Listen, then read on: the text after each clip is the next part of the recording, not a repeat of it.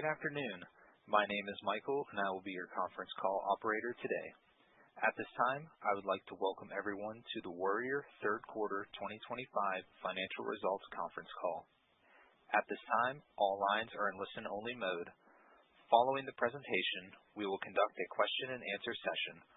This call is being recorded and will be available for replay on the company's website.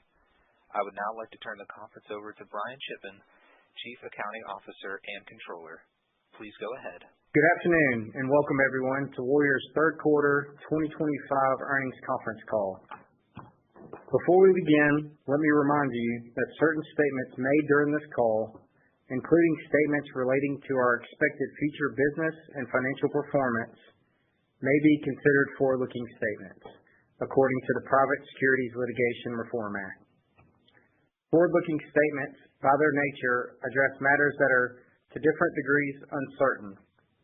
These uncertainties, which are described in more detail in the company's annual and quarterly reports filed with the SEC, may cause their actual future results to be materially different from those expected in our forward-looking statements. We do not undertake to update our forward-looking statements, whether as a result of new information, future events, or otherwise, except as may be required by law. For more information regarding forward-looking statements, please refer to the company's press releases and SEC filings. We will also be discussing certain non-GAAP financial measures, which are defined and reconciled to comparable GAAP financial measures in our third quarter press release furnished to the SEC on Form 8-K, which is also posted on our website.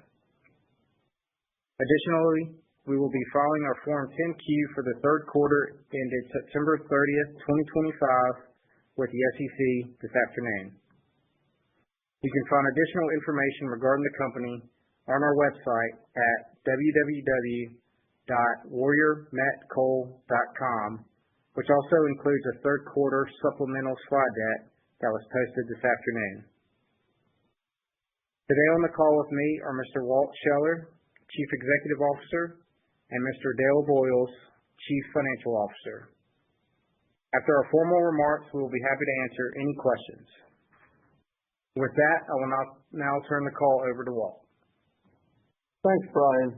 Hello, everyone, and thanks for taking the time to join us today to discuss our third quarter 2025 results. I'll start by providing an overview of the quarter before Dale reviews our results in additional detail. We're extremely excited to share that our third quarter presented an opportunity for Warrior to showcase its strength in a number of ways. From our strong financial performance to significant operational achievements, we've been driving success in the near term while continuing to improve our long-term position and prospects. We have an exciting future ahead of us, and this is a direct result of our unwavering commitment to operational excellence and the exceptional teamwork and dedication of our employees.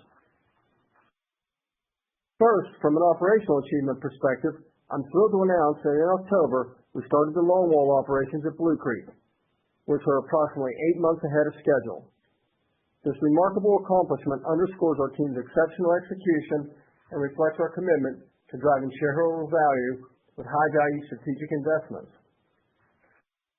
Second, factoring in the earlier startup of the Blue Creek longwall, we now expect to produce approximately 1.8 million short tons of high-vol A steelmaking coal from the Blue Creek mine, representing an additional 800,000 short tons this year, or an 80% increase over our initial 2025 guidance. As a result, we've raised our full-year 2025 production volume guidance by approximately 10%. Third, earlier this month, Warrior won the bidding in the federal coal lease sale of 58 million short tons of high-quality steelmaking coal reserves contiguous to our current operations. Subject to the finalization of a binding lease agreement with the Bureau of Land Management, this strategic opportunity is expected to enhance our long-term value proposition by bolstering our reserve base and extending the life of our core mining operations. I'll provide further details on these accomplishments in a few moments. From a financial performance perspective, we delivered a strong performance in the third quarter despite ongoing weak steelmaking coal market conditions. The combination of our high-quality products and strong customer relationships, supported by our variable cost model, generated impressive net income and adjusted EBITDA. We have confidence that our operational successes will continue to drive strong financial performance over the coming quarters. Turning back to Blue Creek, let me provide you some additional details on this transformational growth project. Achieving a startup for Blue Creek's longwall operations 8 months earlier than our original timeline is almost unheard of in this industry, where projects are usually delayed for years and many millions of dollars over budget, particularly in an inflationary environment. The success of our Blue Creek development was cumulative over the project timeline and a testament to our incredibly talented employees and partners. It provided an opportunity for us to demonstrate the strength of our talented workforce and the performance-driven culture of our organization. I want to extend my sincere thanks to all Warrior employees and our partners for their hard work, dedication, and resilience to bring this project to fruition approximately 8 months ahead of schedule while staying on budget. These accomplishments are a direct result of their efforts and continue to drive our success as we execute our long-term growth strategy. The Blue Creek mine features world-class assets which incorporate the most modern and latest technology available in the mining industry. It is built with the scope and scale to accommodate more than 6 million short tons of annual production of high-quality steelmaking coal and the potential to be the lowest-cost mine in the world. In addition, these assets enable Warrior to scale up and expand in the future to a second longwall operation if market requirements dictate such an increase in production. Our team's sense of urgency and high performance enabled us to accelerate the startup of Blue Creek Longwall for a second time. In October, we completed key infrastructure, including the installation of the overland clean coal belt, along with the remaining modules of the preparation plant, and made significant progress on the barge loadout and other key infrastructure components. Financially, we dedicated another $64 million of capital expenditures in the third quarter and $171 million year-to-date on the Blue Creek project. That brings the total project-to-date capital expenditures to $888 million, which remains on budget. Our total project estimate remains unchanged, ranging from $995 million to $1,075 million. Looking ahead, we will be laser-focused in the fourth quarter on ramping up longwall production and optimizing the performance of the underground and surface infrastructure. While the underground longwall operations have recently commenced, a significant amount of work remains to complete the project, which we expect will occur by the end of the first quarter in 2026. The remaining work includes completing the barge loadout, paving roads, completing storage in shop buildings, additional storage silos, and final electrical installations, along with the usual assortment of final project details. The accelerated Blue Creek Longwall startup enables us to increase our guidance for total company production and sales volumes for 2025, as you will have seen in our earnings release. We've raised our Blue Creek production volume by 80% from 1 million short tons to 1.8 million tons.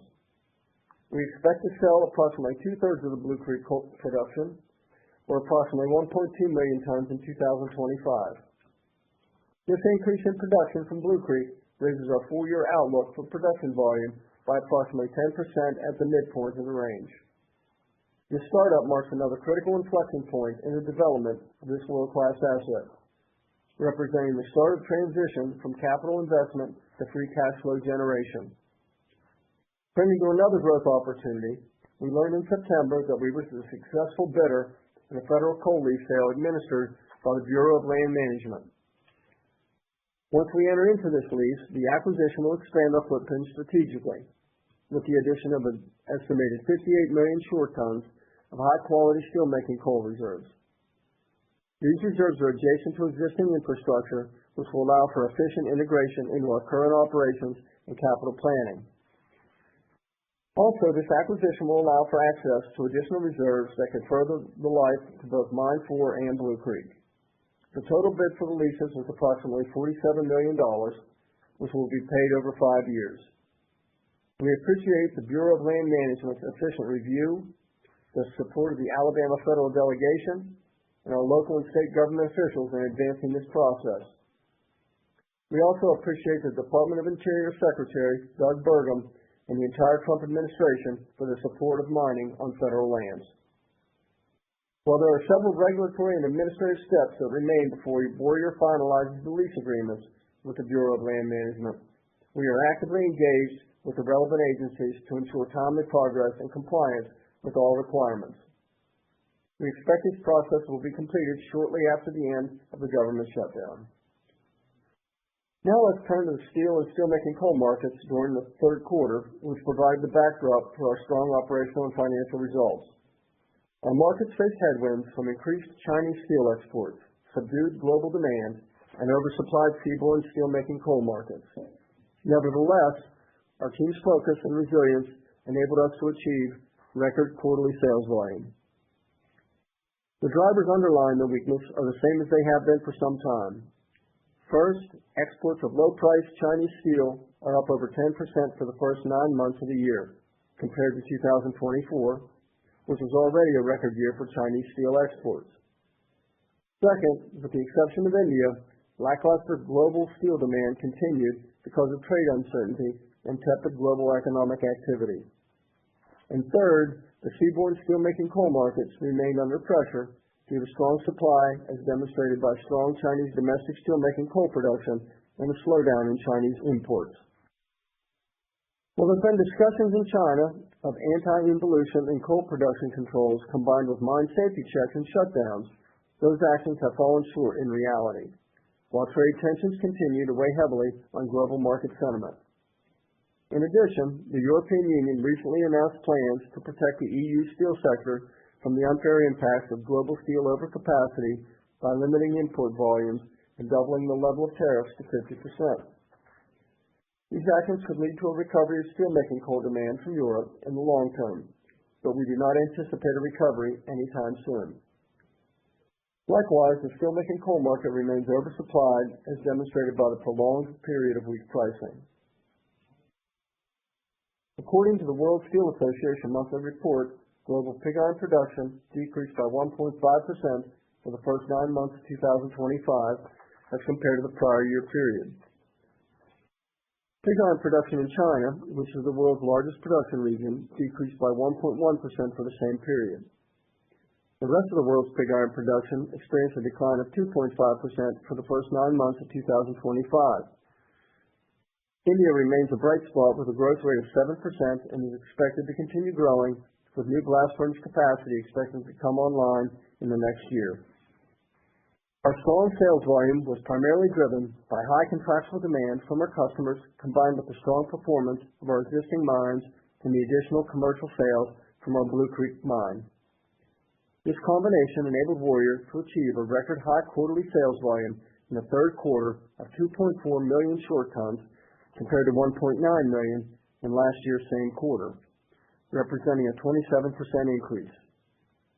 We sold 378,000 tons of Blue Creek development steelmaking coal during the third quarter, which were contractual volumes sold primarily into Asia. Our sales by geography for the third quarter break down as follows: 43% into Europe, 38% into Asia, and 18% into South America. The spot volume was 11% for the third quarter of 2025, which was primarily sold into Europe. For the full year, our spot volume is expected to be approximately 10 to 15% of total sales volume.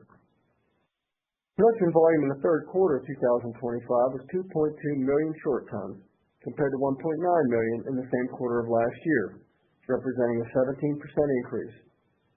Our existing mines continue to perform well, and the continuous miner units at our Blue Creek mine produced 175,000 short tons during the third quarter, adding to the overall increase in production volume. Blue Creek production was lower than the second quarter, as more time was spent on construction and development work for the longevity of the mine and the startup of the longwall. Our coal inventory levels decreased slightly to 1.1 million tons at the end of September compared to the end of June this year. I'll now ask Gail to address our third quarter results in greater detail. Thanks, Walt. Warrior was built to excel in all market conditions, with high-quality steelmaking coal assets, a low-cost position globally, possessing a strong balance sheet with ample liquidity, and a relentless focus on operational excellence. Each of these attributes were clearly demonstrated in our third quarter results and recent accomplishments. From my vantage point, I believe few companies are able to embark on and make continued strategic investments of over $1 billion in an organic growth project like Blue Creek without diluting shareholders with equity offerings or additional leverage. For Warrior, our ability to accomplish this is due to our incredibly talented workforce, which enables us to continuously focus on resource development and operational excellence. Turning to market conditions we experienced this past quarter, our primary index, the PLV FOB Australia, was relatively stable, averaging $166 per short ton. This average pricing has remained relatively consistent through the first and second quarters of this year. However, during the third quarter, the PLV CFR China index price recovered from its low points earlier in the year and averaged $162 per short ton. This average was over $11 per ton higher than the second quarter of this year. Although the arbitrage narrowed by the end of the third quarter, it remained closed most of the third quarter. As for the main second-tier indices, the Australian LV HCC index price recovered from its low point in the second quarter and averaged $137 per short ton, while the U.S. East Coast HVA index price established a low for the year and averaged $141 per short ton. As a result, we saw the relativity of the LV HCC index price compared to the PLV index price improve from 78% in the second quarter to an average 82% for the third quarter. This narrowing of the spread primarily drove our higher average net selling price in the third quarter compared to the second quarter this year.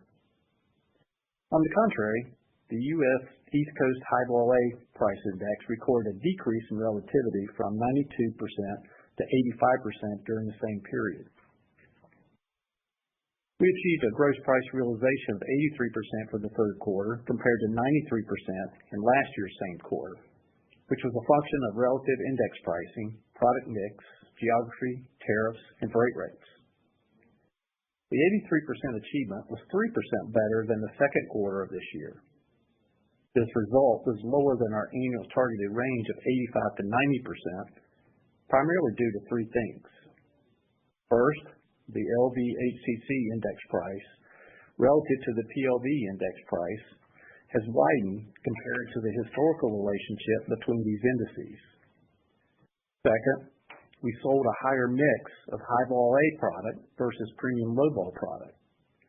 And third, the higher High Vol A volume has been sold primarily into the Pacific Basin on a CFR basis, which is net of freight cost. As Walt noted earlier, the steelmaking coal markets continue to be pressured in the third quarter by the same factors. Let me first highlight our third quarter financial achievements compared to the second quarter of 2025. Our third quarter adjusted EBITDA of $71 million was 32% higher than the second quarter this year, primarily due for two reasons. First, our sales volumes were 6% higher, including an increase of 139,000 tons of Blue Creek coal with its inherently lower cost structure. And second, our average net selling prices were $6 per ton higher, primarily as a result of the higher High Vol A pricing relative to PLV pricing of 82% versus 78% in the second quarter. The higher sales volumes, higher average net selling prices, and incremental Blue Creek sales volumes contributed to the higher operating cash flows of $67 million, with $37 million of higher free cash flow than the second quarter of this year. Our spending for capital expenditures and mine development were a combined $30 million higher in the third quarter compared to the second quarter of this year, primarily related to the investment in Blue Creek. Excluding the Blue Creek capital expenditures and mine development investments in the third quarter, free cash flows were a positive $86 million. Now let us compare the third quarter of the current year to the prior year's third quarter results. Warrior recorded net income of $37 million, or 70 cents per diluted share, compared to net income of $42 million, or 80 cents per diluted share in the same quarter of 2024. We reported adjusted EBITDA of $71 million in the third quarter of this year, compared to $78 million in the same quarter of last year. Our adjusted EBITDA margin was 22% in the third quarter this year, compared to 24% in the same quarter of last year. On a per ton basis, our adjusted EBITDA margin was $30 per short ton for the third quarter this year, compared to $42 in last year's third quarter. The decrease in the quarterly results was primarily driven by 21% lower average net selling prices and a 13% higher sales mix of high-vol A product versus premium low-vol product. These decreases were partially offset by 27% higher sales volume, including lower cost Blue Creek volumes and lower variable costs for transportation and royalties, plus controlling and managing our production costs. Total revenues were $329 million in the third quarter of this year, compared to $328 million in the same quarter of last year. The total increase of $1 million was primarily due to the 27% higher sales volume impact of $85 million, offset by the impact of a decrease in average gross selling prices of $81 million, and a higher mix of high-vol A volume sold of $11 million. In addition, demurrage and other charges were $6 million lower compared to last year's third quarter. This resulted in an average net selling price of $136 per short ton in the third quarter, compared to $172 per short ton in the third quarter of last year. Cash cost of sales of $237 million, or 74% of mining revenues in the third quarter this year, compared to $230 million, or 72% of mining revenues in the third quarter of last year. Of the $7 million net increase in cash cost of sales, there was a $61 million increase in costs, which were attributed to the 27% increase in sales volumes, which includes the leverage of low-cost Blue Creek tons. These higher costs were offset partially by $54 million of lower costs that were driven by the lower variable transportation and royalty cost on 13% lower average steelmaking coal price indices. In addition, we rationalized and tightly managed our spending on supplies, repairs, maintenance expenses throughout the operations. Cash cost of sales per short ton, FOB port, was approximately $101 in the third quarter of this year, compared to $123 in the same quarter last year. The decrease was primarily related to overall spending at the legacy mines of $11 per ton due to tightly managing our overall spending, lower variable transportation and royalty costs of $8 per ton on lower steelmaking coal prices, and $4 per ton from the incremental sales of low-cost Blue Creek tons.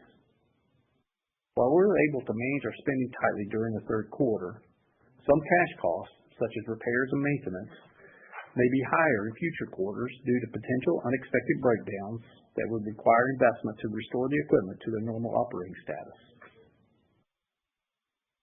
Our cash cost of production for the third quarter this year was 67% of our total cash cost per short ton, compared to 66% in the same quarter last year.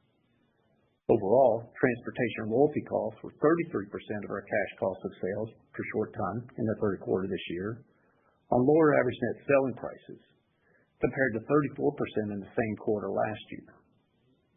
As a result of the lower average net selling price, our cash margin per short ton was $35 in the third quarter this year, compared to $48 in the same quarter last year. SG&A expenses were $17 million and were about $6 million higher than the third quarter of last year, primarily due to higher employee-related expenses. Depreciation and depletion expenses were $44 million, which was higher than the third quarter last year, primarily due to the additional assets placed into service at Blue Creek and the higher sales volume. Our net interest income earned from cash investments was lower due to lower average cash balances and lower rates of return, combined with higher interest expense on newly leased equipment. We recorded an income tax benefit of approximately $14 million on pre-tax income of $23 million in the third quarter.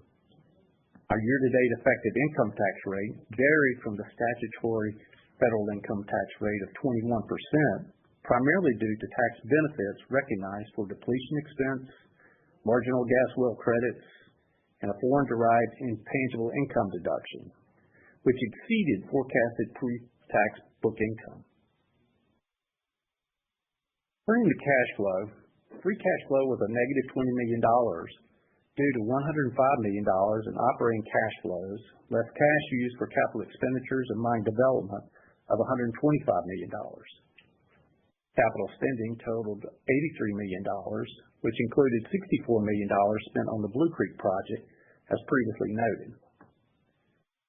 Mine development costs for the Blue Creek project in the third quarter were $42 million and continued to be below budget as we continued to focus on cost control.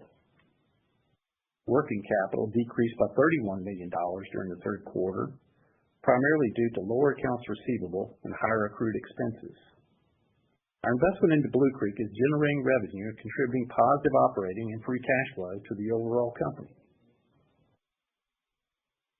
We amended and extended our ABL facility, which increased the commitments available to be borrowed by $27 million to $143 million and extended the maturity date, giving us further financial flexibility and higher liquidity. Our total available liquidity at the end of the third quarter this year was $525 million and consisted of cash and cash equivalents of $336 million, short and long-term investments of $48 million, and $141 million available under our ABL facility. Let me turn to our revised outlook and guidance for the full year 2025. As Walt previously noted and outlined in our earnings release, we have updated and increased our production sales volume guidance for the full year 2025 as a direct result of the early startup of the longwall operations at Blue Creek. In addition, we lowered our guidance for cash cost of sales per ton, reflecting more recent actual results. While weak steelmaking coal market conditions are expected to persist for the remainder of the year, we remain optimistic about our long-term growth trajectory. I'll now turn it back to Walt for his final comments. Thanks, Dale. Looking ahead, we recognize persistent challenges in our customers' markets will continue to be driven by ongoing surplus in Chinese steel exports, heightened global trade tensions, and subdued economic activity worldwide. However, we're hopeful that new trade agreements with key global partners will be supportive for our markets and will materialize in the near term. Similarly, we expect the steelmaking coal markets to be pressured by additional supply, which is expected to come online over the next few quarters due to a combination of new capacity and the return of certain idled mines. We believe the pricing will remain weak and range-bound, and supply rationalization will be necessary to balance market dynamics. While the steelmaking coal markets are expected to continue to be weak in the upcoming quarters, we're excited about the positive accomplishments in our business and with some of our key partners. For example, on October 13th, the Alabama State Dock had its official ribbon-cutting ceremony to celebrate the completion of a multi-year project of deepening the draft and widening of the channel at the port. This project is expected to benefit both Warrior and our customers by allowing them to load heavier and larger vessels in the future. In addition, several important machinery and equipment upgrades are being completed at the port over the next few quarters. These upgrades at the port are anticipated to enhance our operations and position the company for long-term success. We appreciate our long-standing partnership with the state. In conclusion, the combination of accelerated Blue Creek production and strategic reserve acquisition significantly enhance our long-term growth strategy and provide Warrior a strong platform to meet long-term sustained global demand for premium steelmaking coal. Our world-class assets, low-cost position, and disciplined capital deployment are a foundational strength. We remain focused on delivering long-term shareholder value through strategic resource development and operational excellence. With that, we'd like to open the call for questions. Operator? At this time, I would like to remind everyone that to ask a question, please press star, then the number 1 on your telephone keypad. We will pause for just a moment to compile the Q&A roster. And your first question comes from Katja Jancic with BMO Capital Markets. Please go ahead. Hi, thank you for taking my questions. And first, congratulations on the early Blue Creek startup and the quarter. And maybe starting on the Blue Creek, with the early startup, how should we think about production next year? Well, we're working through our budget right now, but as you know, our plan was not to have started that till mid-year, so naturally that number is going to be enhanced greatly. But we're still working on that. I'm hesitant to give you an exact number on where we'll be. I think it's going to be a lot of it's going to be market driven as we get into next year, as opposed to operationally driven. But we're working on that right now. And then maybe secondly, the CapEx is coming down on the Blue Creek project. Can you remind us how you're thinking about capital allocation? Yes, Katja, thanks for the question.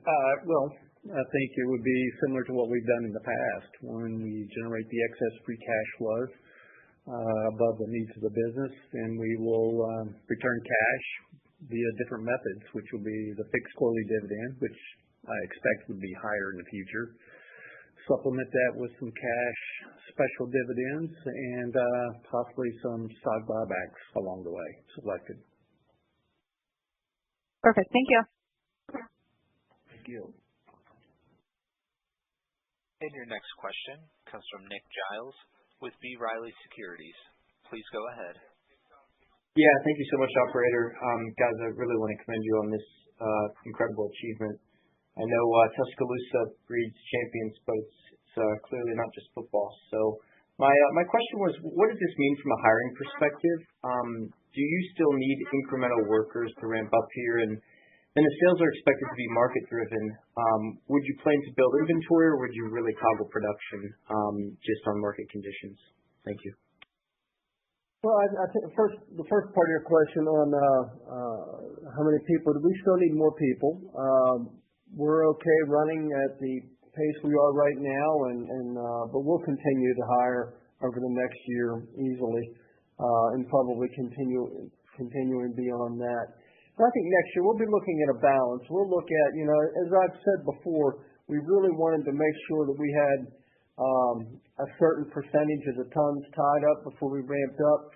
I'm not going to say 4.5 is the number for next year. But I think you're probably going to be closer to that type of a number for Blue Creek.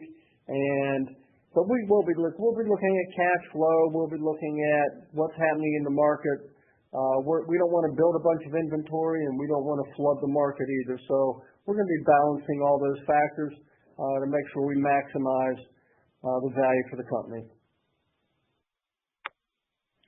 Well, I appreciate that. And maybe just looking to the fourth quarter here, I mean, I think if I did the math right, your guidance could imply a 20% increase in sales. Can you just walk us through what, maybe on a line-by-line basis, how sales could shift quarter over quarter?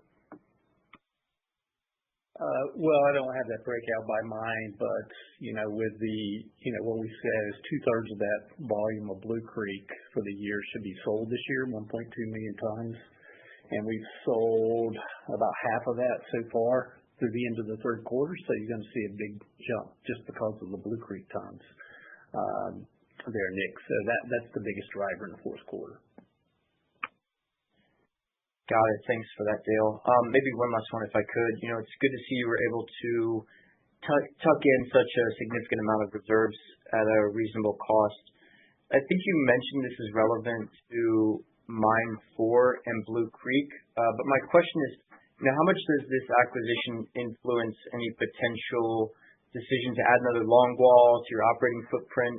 How much capital could be required later down the road? Appreciate any color there.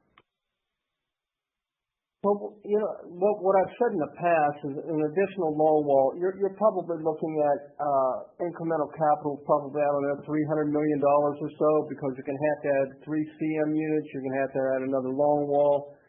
You're going to have to add modules to the preparation plant. So there's a lot of infrastructure and just a lot of build out that would have to happen. In terms of making that decision, we had enough reserves without the BLM to add a second longwall if we thought the market justified it. This just makes us even more efficient because some of the places where we were going to have to skip around some coal, now we have control of it. So this is going to make us a lower cost, more efficient operation at both Mine 4 and Blue Creek as we roll forward. Understood.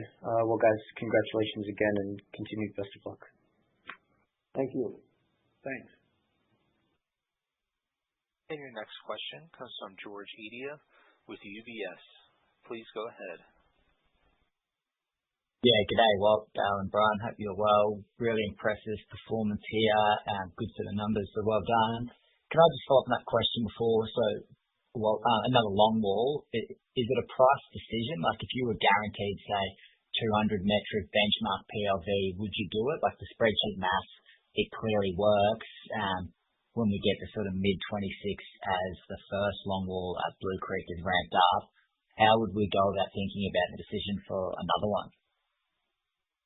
I think what we need to do is we need to stretch this first longwall as tight as we can and see just what it's capable of.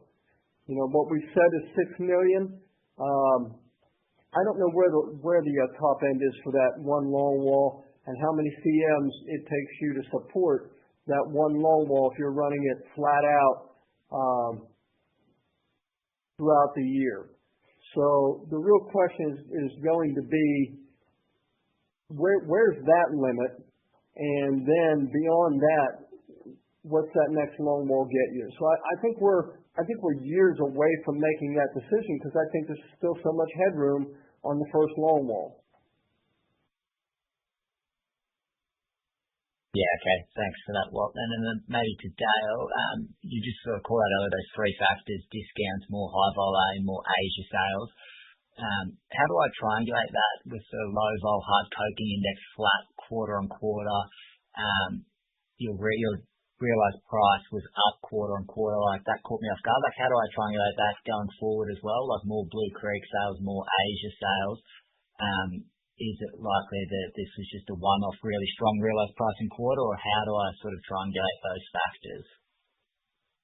Well, I don't think it's a one-off quarter. I think if you go back to my remarks I said is, look, the increase from the second quarter to the third quarter was two things: 6% higher sales volume and a net realized price of $6 a ton higher. Well, that $6 a ton came primarily from the increase in the HCC during the third quarter. So that relativity rose from 78% in the second quarter to 82%.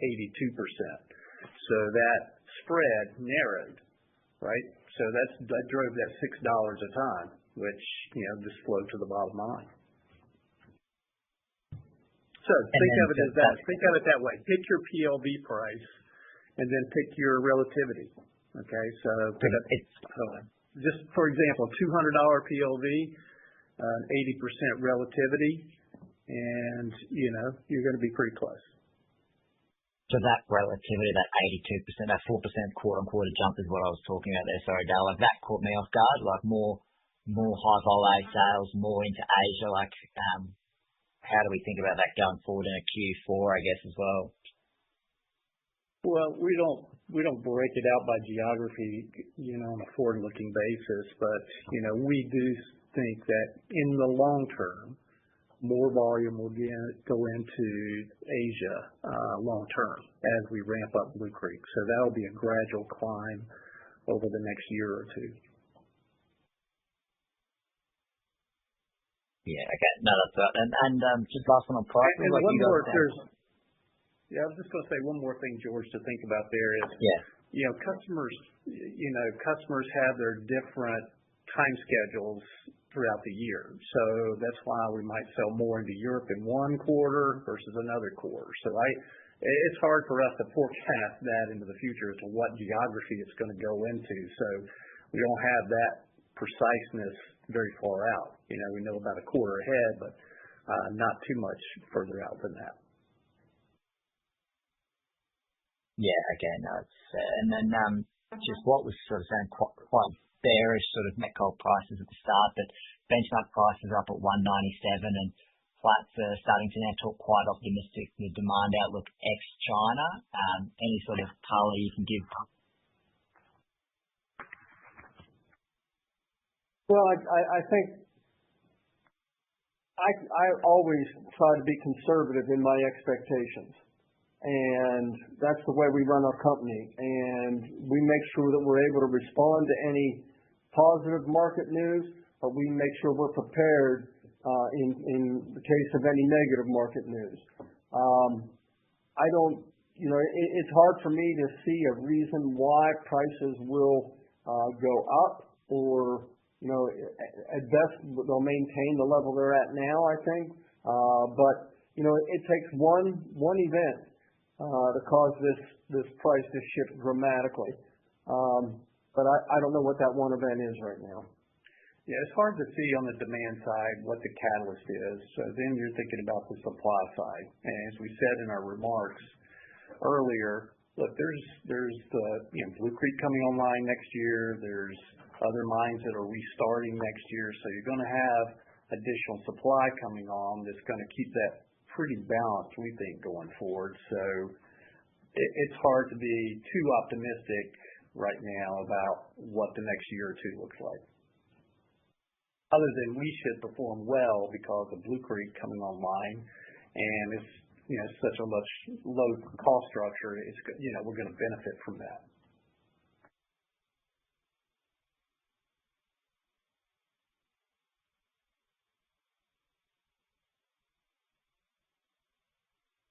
Again, if you have a question, please press star then one.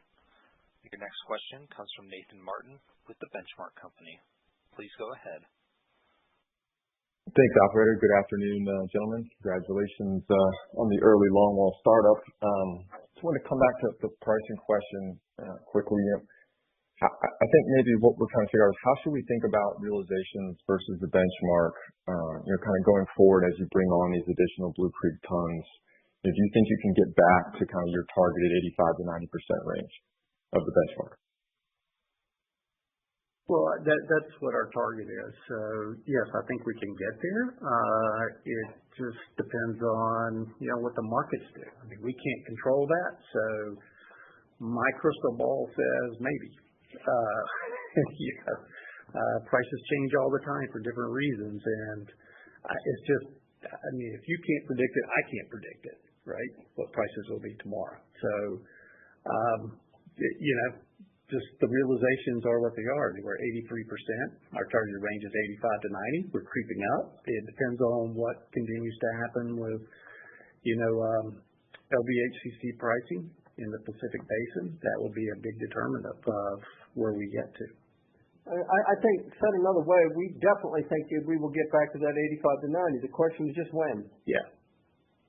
We can't tell you if that's going to be 2 quarters from now or a year and a half from now. We don't know when that'll occur. Makes sense. That's fair. And then as far as Blue Creek sales are concerned, Dale, I think you said that you guys were maybe initially targeting those tons towards Asia. Is that correct? And then how many Blue Creek tons have you guys been able to contract at this point with, starting up the longwall early? Well, the majority of the sales volume so far, yes, has gone into Asia. And right now, these tons are being shipped are really trials, right, to get confirmation of contracts. So it's a little early with the volume that we sold to give a percentage of how much we've contracted because of these trials. So I don't want to get into that yet. If we have better, and hopefully we will have better information during our fourth quarter earnings call about that. But right now, it's a little bit too early because we only have about 1.2 million for this year. I appreciate that. And then maybe just one final one on the cost side of the equation. Good to see cash cost guidance for this year down again another $5. So make sure, is there any change in your net price assumption there that would have impacted that that update. And then last quarter, Dale, I think you mentioned you built in some maintenance and repair costs. I think you touched on that briefly in your prepared remarks as well. Is that still the case in that range? Yeah, that's kind of baked into that range. And really the price assumption hasn't changed because the TLVs average virtually the same amount each and every quarter this year. All right, very helpful. I'll leave it there. Appreciate the time and best of luck in the fourth quarter. Thank you. Great. Thank you very much. And your next question is a follow-up from Nick Giles with B. Riley Securities. Please go ahead. Thanks so much for taking my follow-up. I just wanted to follow up on that last question on the cost side. I think guidance does still imply a slight tick up in the fourth quarter, so I wanted to see if there's anything specific that could drive that or if that's maybe just an added level of conservatism. Thank you. Yeah, it's just baking in what if, right? As I said in my prepared remarks, we've been pretty tight on repairs and maintenance all year. Something could break, and we've got to fix it in the fourth quarter, and that's covering those kind of things. And if we have a little tick up, and we have recently in the last couple of weeks on the prices to 196, so there could be some change there a little bit on the cost. So that's all baked into that range. And we're averaging for the year to date, we're averaging at the bottom of the range. So a slight tick up would be very, very minor. Got it. Well, I appreciate the clarification. All right. Thanks, Nick. At this time, there are no further questions. I will now turn the call over back to Mr. Scheller for any closing comments. That concludes our call this afternoon. Thank you again for joining us today. We appreciate your interest in Warrior.